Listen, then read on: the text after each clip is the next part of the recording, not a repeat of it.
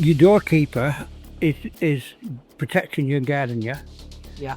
He's the key to the higher realms. If you want to go to a higher realm, he's there and he can show you the way.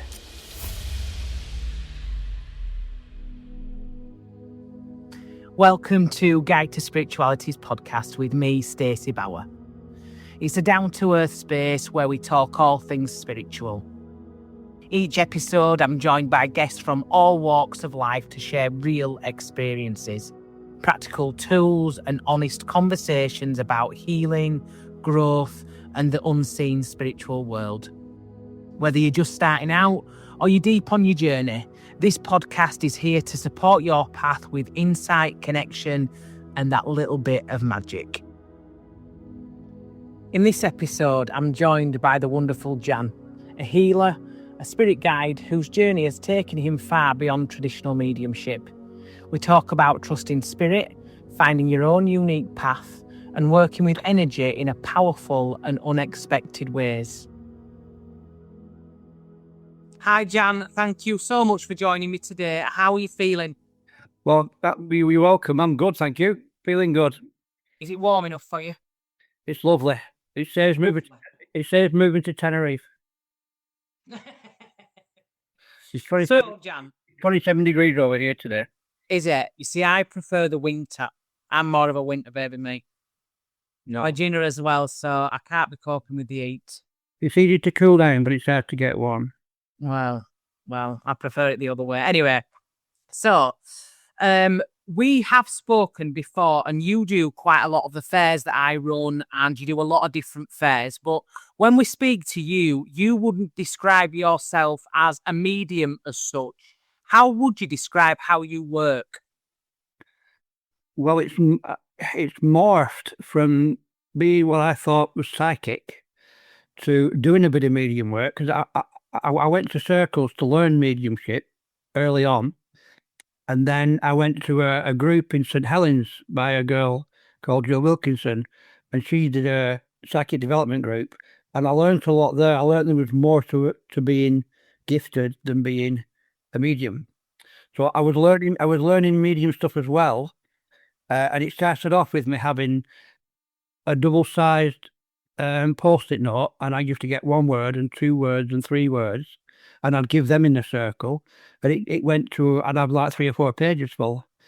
And then one girl made me stand up in the middle, and then I got a sentence, and then I got 2 sentences, and I actually gave a reading. And I used to go to circle and give readings. And that developed for a couple of years, but I've been led away from it. And I found out I was a shaman. And I've got a girl over here called Nix, who's really, really good. She can talk to your doorkeeper. Everybody's got a doorkeeper. And your doorkeeper is the key to the higher realms. And I found out who mine was. And I asked her to give me a reading, because I've got a website that I haven't set up yet. And I wanted to know, I got it set up with my name. And I'm putting healer, but it doesn't look right. So I put shaman, and it doesn't look right. I tried all sorts of things and they won't let me put something down. So this girl gave me a reading, and I said, what do I put on my website? And she said, I'm a Sama Atti Shaman. That's SAMA-ATI. Now, a Sama Atti means that you work through vibration and sound. So when somebody talks to me, and they're obviously in need of healing by the question, my higher self contacts their higher self, and I get all I need to help them in that situation. So actually on my website, when it's up and running, it's going to have Sama Atti Shaman, Esoterical Guide, and Healer. Now the Esoterical Guide bit is when you ask me a question, I can answer it. And I haven't got the knowledge to answer it. It's spirit talking through me. Because a lot of people come to me and ask me, if you send me a random question, I can just I've no idea what I'm writing. I can just pick my phone up and my thumb will start writing. And I'll read it when I've finished it, and that's your answer. So that guide, the esoterical means it's not from this plane. Yeah. So it's coming from spirit, but I don't know where it's coming from. I get 2 words in my head, speak and write. So I sat in the car this morning. I'm thinking, what's this podcast going to be about? And I got right in my head that they gave me a page and a half of stuff that they'd like to talk about this. So, and this is all about connection to spirit, which is what I've been working on. I went through the medium stuff, and then I did emotion code and body code. Oh, have you done emotion coding? It's with the muscle testing. So you put your arm out and you press your arm for yes and no. But partway through that, I realised that it wasn't your body talking. It was spirit talking through your body. So I'm sat there. Is Elvis dead? Yeah. Choice, yeah. Did he die in the toilet? Yeah. And I'm asking all sorts of questions. And it progressed from there to not using the arm and getting me intuition and just asking spirit in my head, which is the clairaudience. So things seem to progress and progress. But I've been led back to a medium circle, because rather than me talk to spirit and spirit talk to me, that's one particular frequency that's happening. They want me to use different frequencies. So I've got a crystal ball. They want me to start looking into a crystal ball. I'm going to a medium circle. So they want me to go back into medium, because it's widening your channel to spirit. Yeah. And I'm learning tarot. I decided I'm going to make myself a set of tarot cards. I'm going to design them and then sell them. When I found out who my doorkeeper was, because my doorkeeper is a North American Indian caveman. Right, okay. And he can't talk. So she said to me, this girl, you need to learn how to communicate with him. So I can ask him to come close to me, and he comes behind me, and he actually overshadows me at times. And I can feel his presence, and I'm drawing pictures that are like cave paintings. And that's something to do with my role as to why I'm here. And he's giving me words now. So, for example, I was sat in my grandson's garage, looking out the doors, and there was a row of cars, some trees, and there was a telegraph pole sticking up. I'm staring at this telegraph pole, and all I got in my head was tree. And he was telling me it was a tree, but it was a telegraph pole. So he's learning to communicate with me, and I'm learning to communicate with him. So it's all about communicating with spirit. How you do it is different for everybody. Definitely is. I find that, definitely. What I've also got, but not an issue with, what I can't seem to get across to people is people who've been a medium for 40 years. Does that mean they're not progressing? Or does that they're happy in their comfort zone? Because to grow, you've got to get pushed out your comfort zone. Are people happy being a medium? Are people happy doing emotion code for 20 years? Are they not developed? Is spirit not screaming at them to say, listen to us, like the message you gave me before we started? I've got 4 guides at the moment. This changed over the last week or two. I didn't know who 2 of them was until you mentioned it. And you said this guy wants to work in it. That's fair enough. I'm open to it like that. But when you tell some people, have you tried this? They get to back up, and they're happy where they are.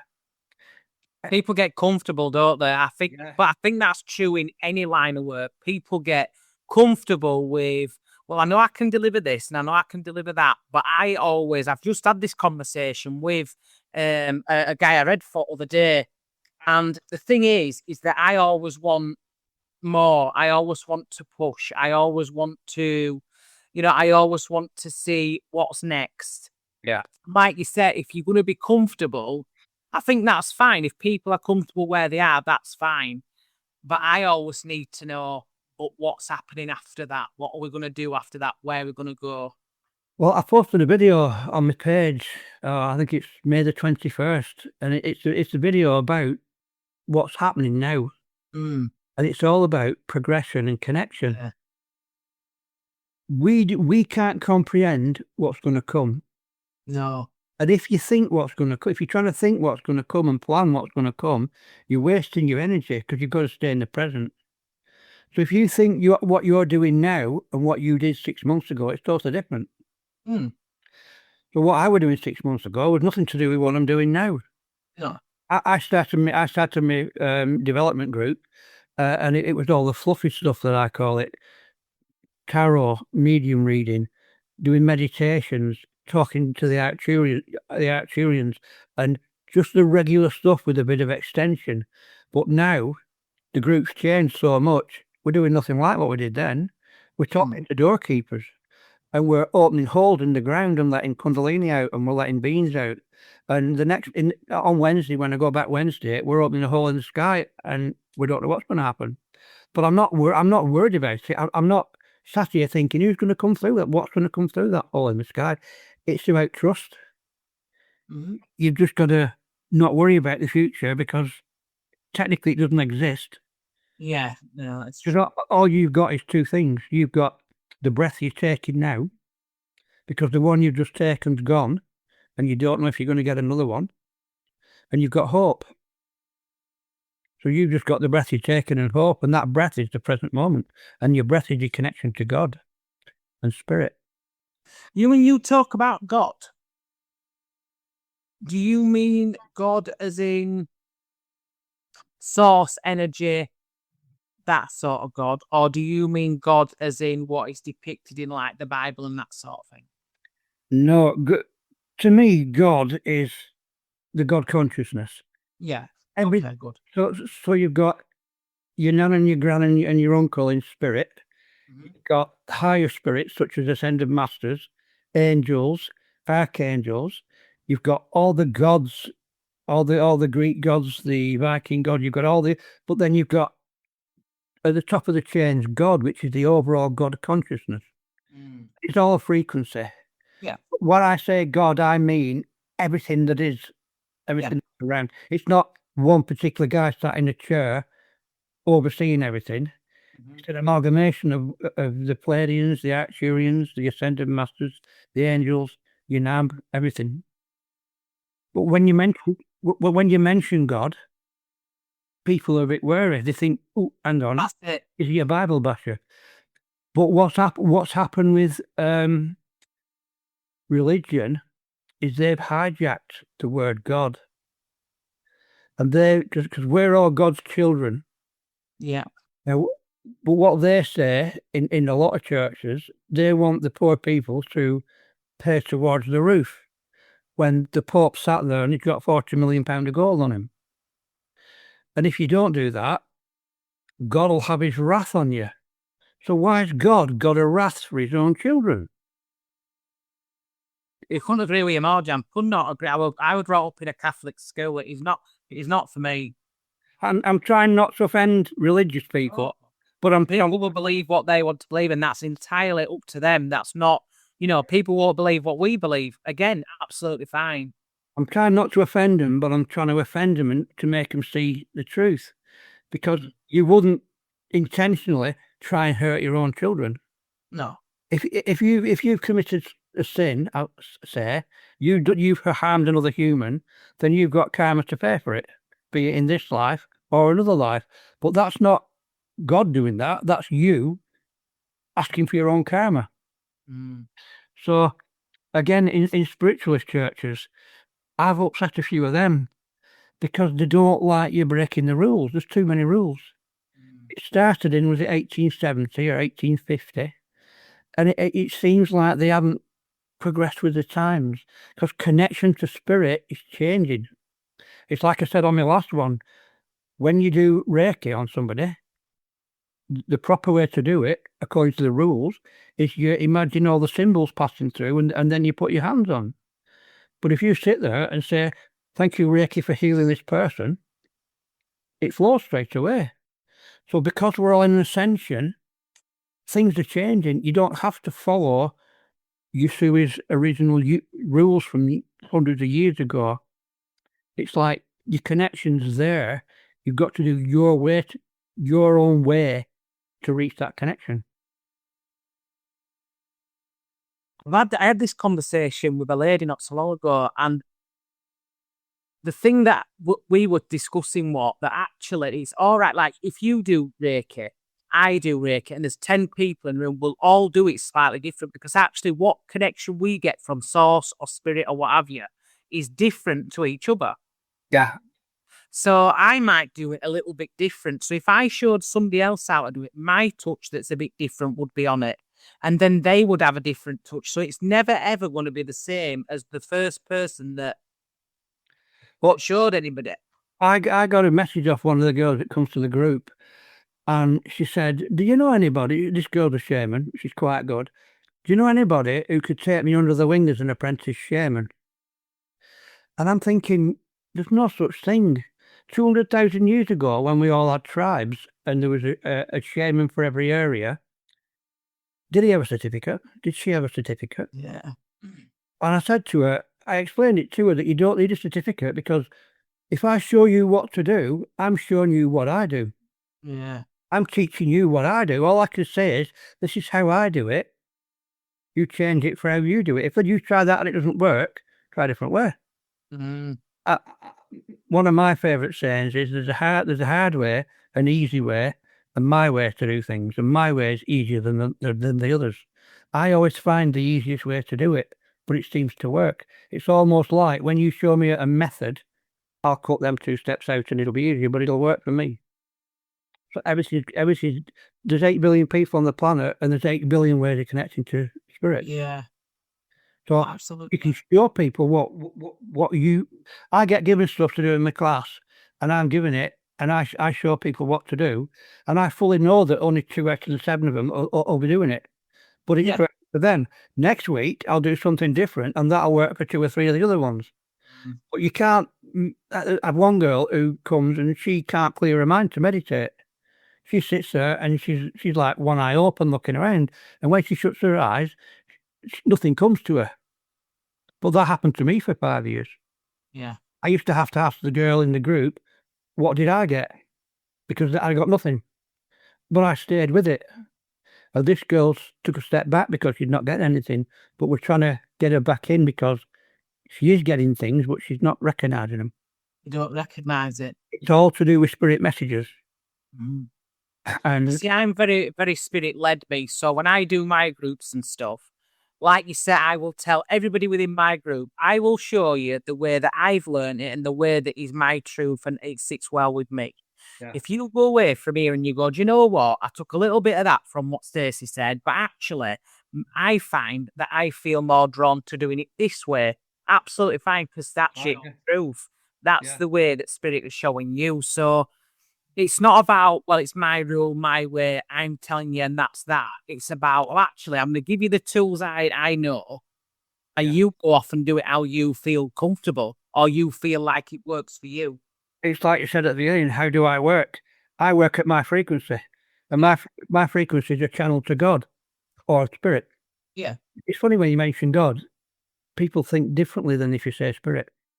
Spirit's a modern word, but God, it's different, isn't it? Anyway, so like I say, when I get something for the group, I've never tried it before, but I'm giving it to the group, and 1 or 2 or 3 will adapt it for them.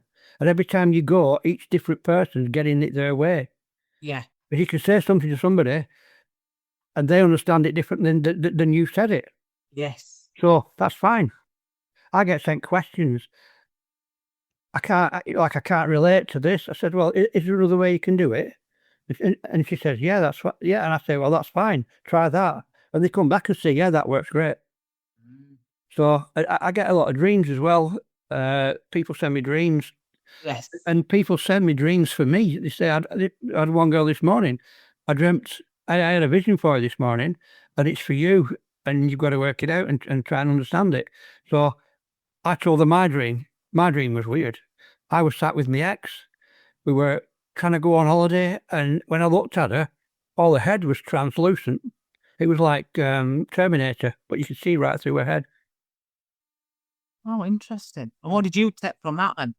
I don't know. I've not got a clue.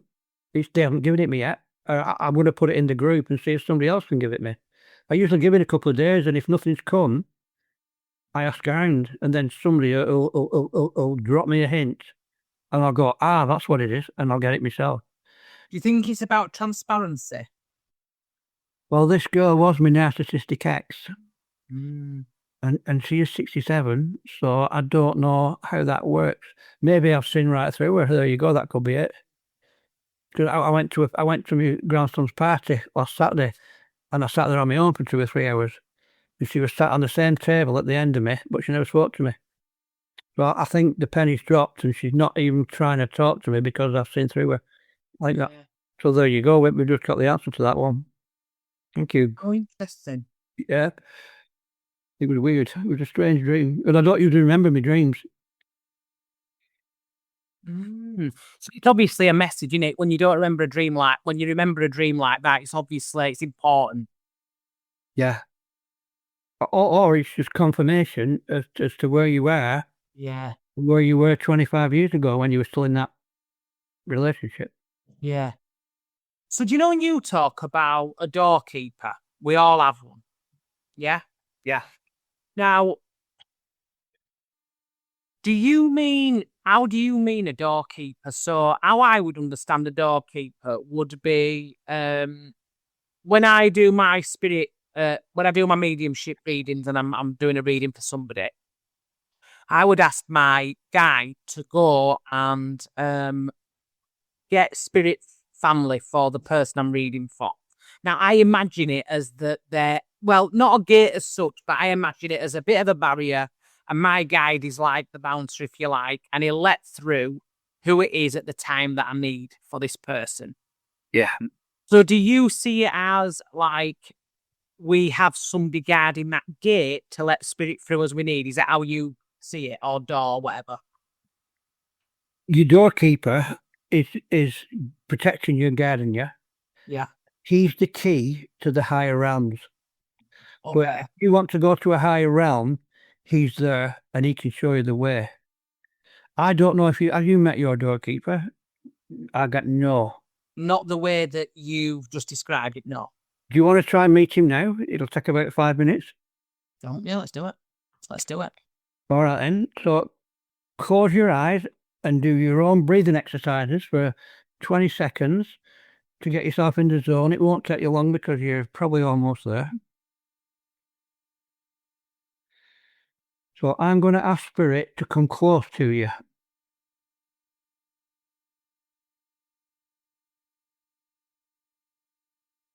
And I'm going to ask Spirit to come even closer. Now, your doorkeeper is stood about 7 or 8 yards behind you. They always stand behind you. Now, I'm going to ask your doorkeeper to step forward to come right behind you and put their hands on your shoulders. And either introduce themselves or just be there. You might get a name, you might just get an image, or you might just feel a presence. Your doorkeeper's now stood right behind you with their hands on your shoulders. It's a him.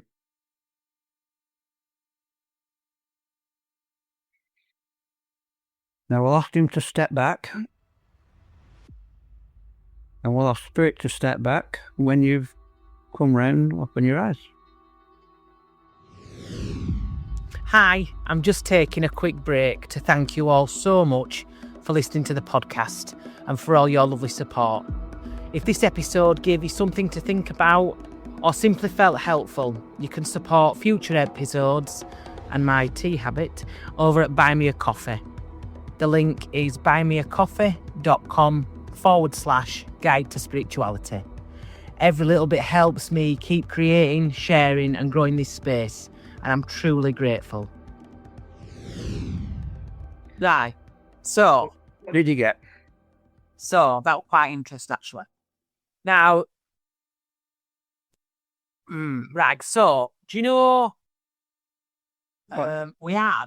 But before you say anything, a lot of doorkeepers have character for what you want, for what you do. There's one girl who's trying all sorts, and she's very hyper, and her doorkeeper came across as a goalkeeper.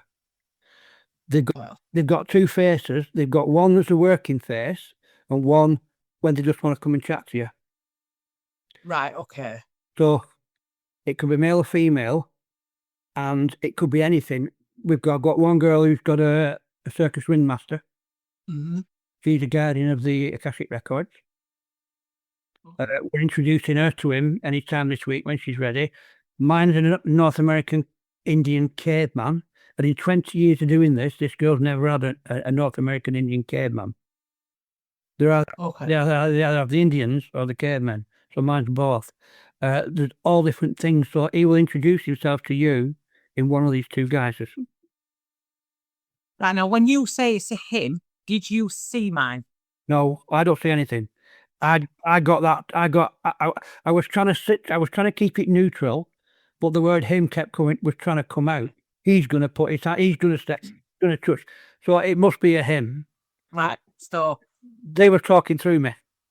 So when I shut my eyes then, it's right interesting because since we had the Dragon Lady on the podcast, I've been very much intrigued by the dragons and they've been coming into my dreams and my meditations and my healings. Yeah. Now, straight away, then I've got a dragon that had like red eyes, but it were more fire red eyes. So it were darker, but it were doing a circle in front and then behind.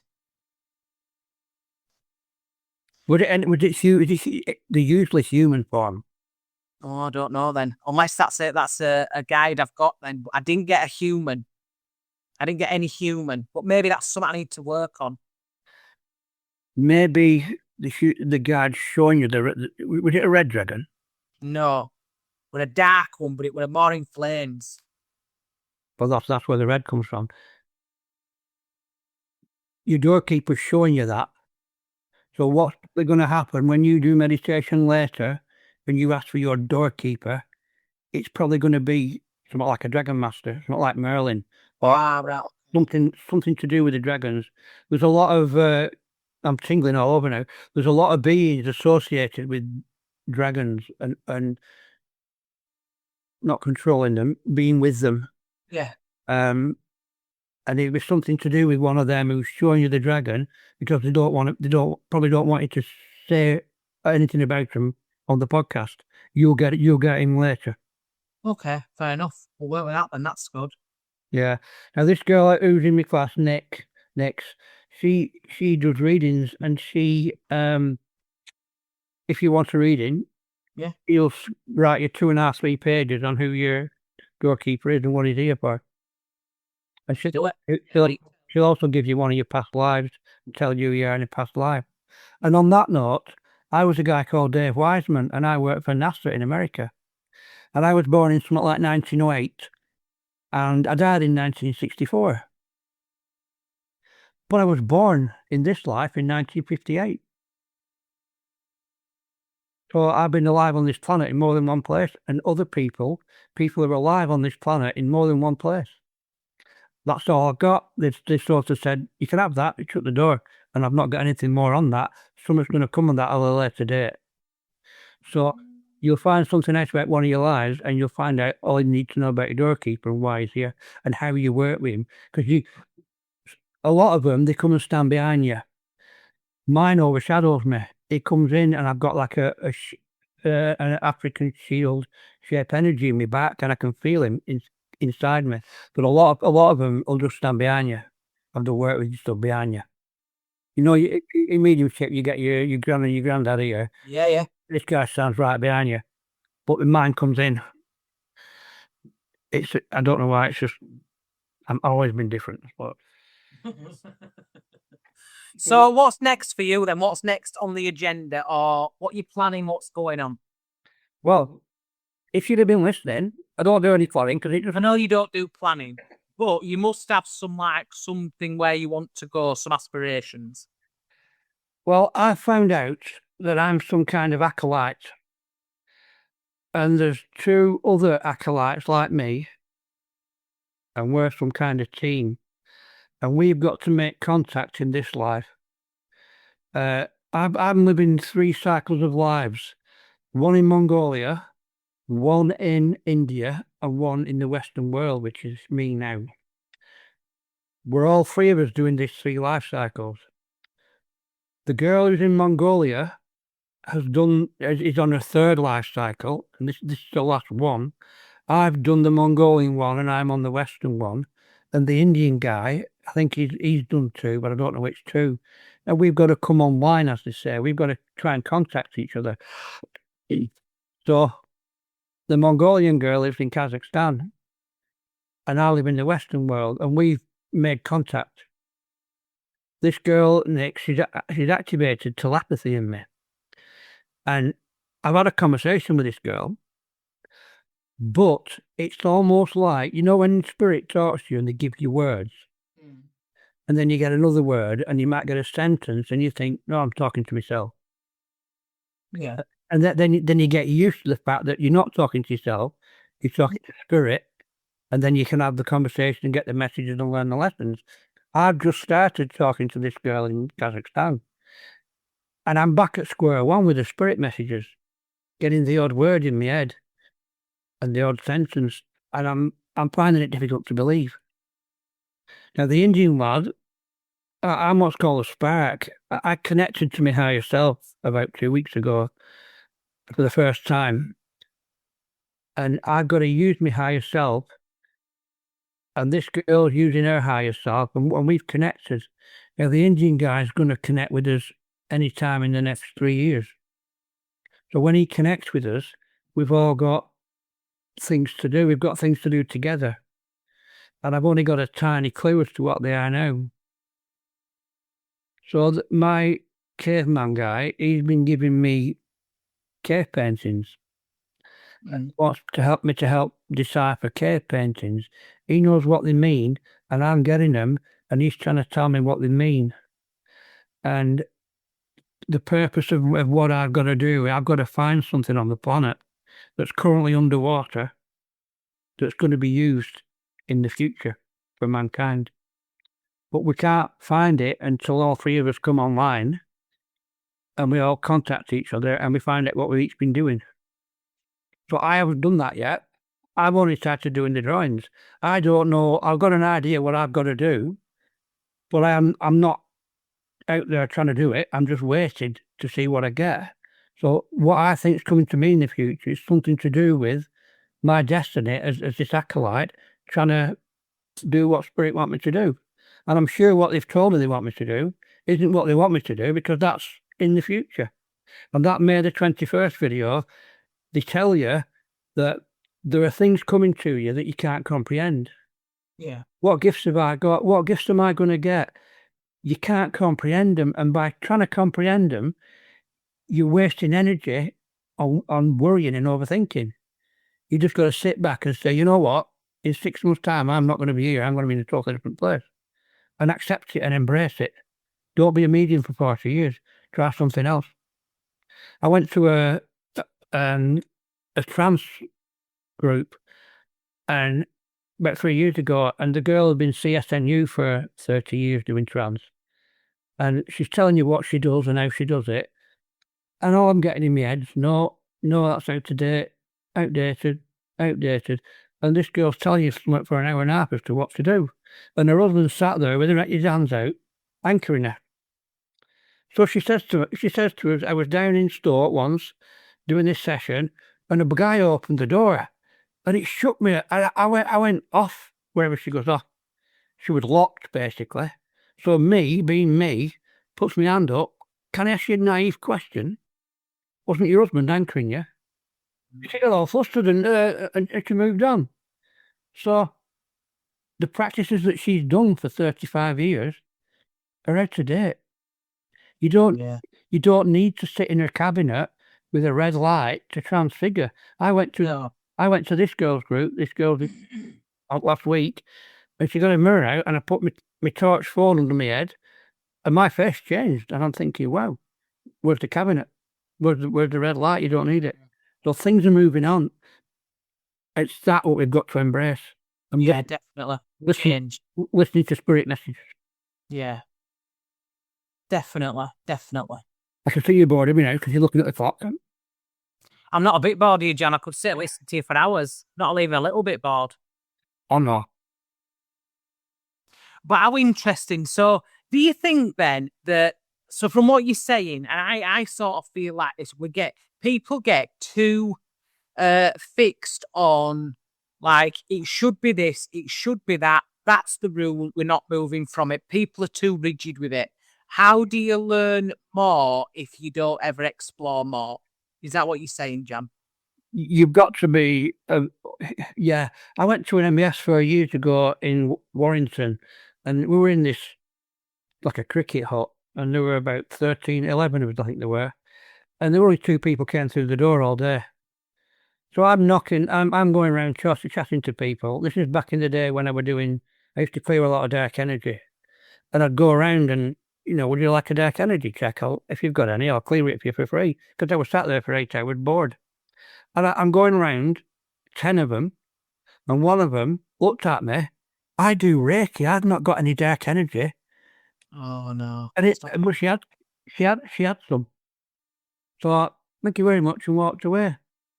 So you've got to be open. You've got to be open to be shoved outside your comfort zone. Yeah. And a lot of people aren't ready for that yet. I think there's a bit of ego coming through. People look at me, I'm CSNU. What's it's a C? What's the difference between that and I'm OSNU? I don't know. They like to be it's that age-old joke, isn't it? I've done that much work on my ego, I'm better than you now. Yeah. Well, people they're in the comfort zone, they're earning a bit of money. I got Reiki Master.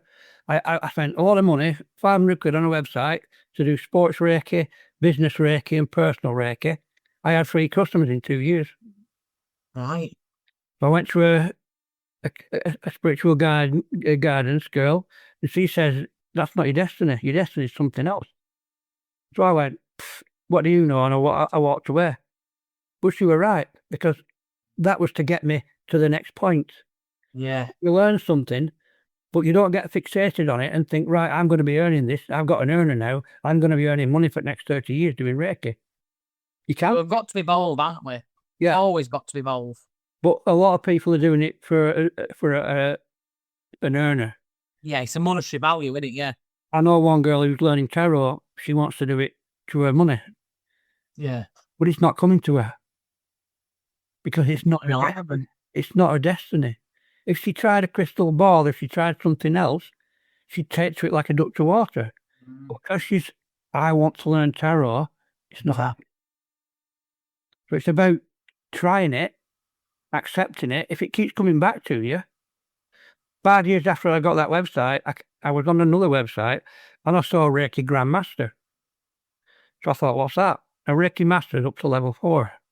Reiki Grandmaster is level 22. So I took Reiki Grandmaster. Got the great harmony, the great peace, connection to spirit. There's all these levels. So I took that, but I haven't done any Reiki for 5 years. And I got led back to it. And now I'm getting led back to a medium group. Yeah. They want me to widen my channel. You are energy from spirit that comes in your heart space. Yeah. So this is you in your heart space in the 3D. Spirit is in your head in the 5D, in your third eye.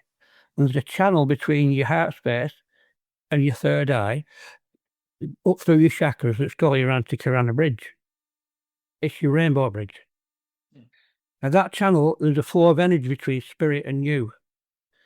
If you want to increase that flow and get a better connection, you've got to hydrate, you've got to protect your own energy, which is the aura protection, what I do at the MBS first.